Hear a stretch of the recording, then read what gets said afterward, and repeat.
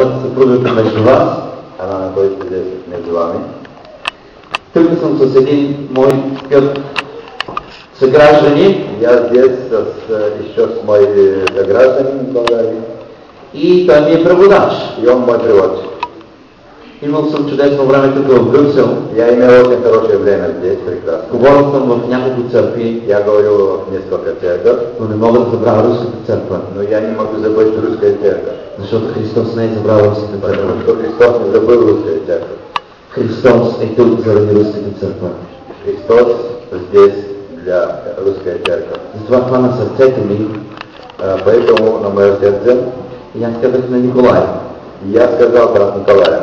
Искам да отида в руската църква. Я хочу пойти в русская церковь. Аз не знам какво Бог ще прави. Я не знаю, что Бог сделает. Но аз вярвам, че Бог ще ни благослови. Но я знаю, что Бог благословит вас.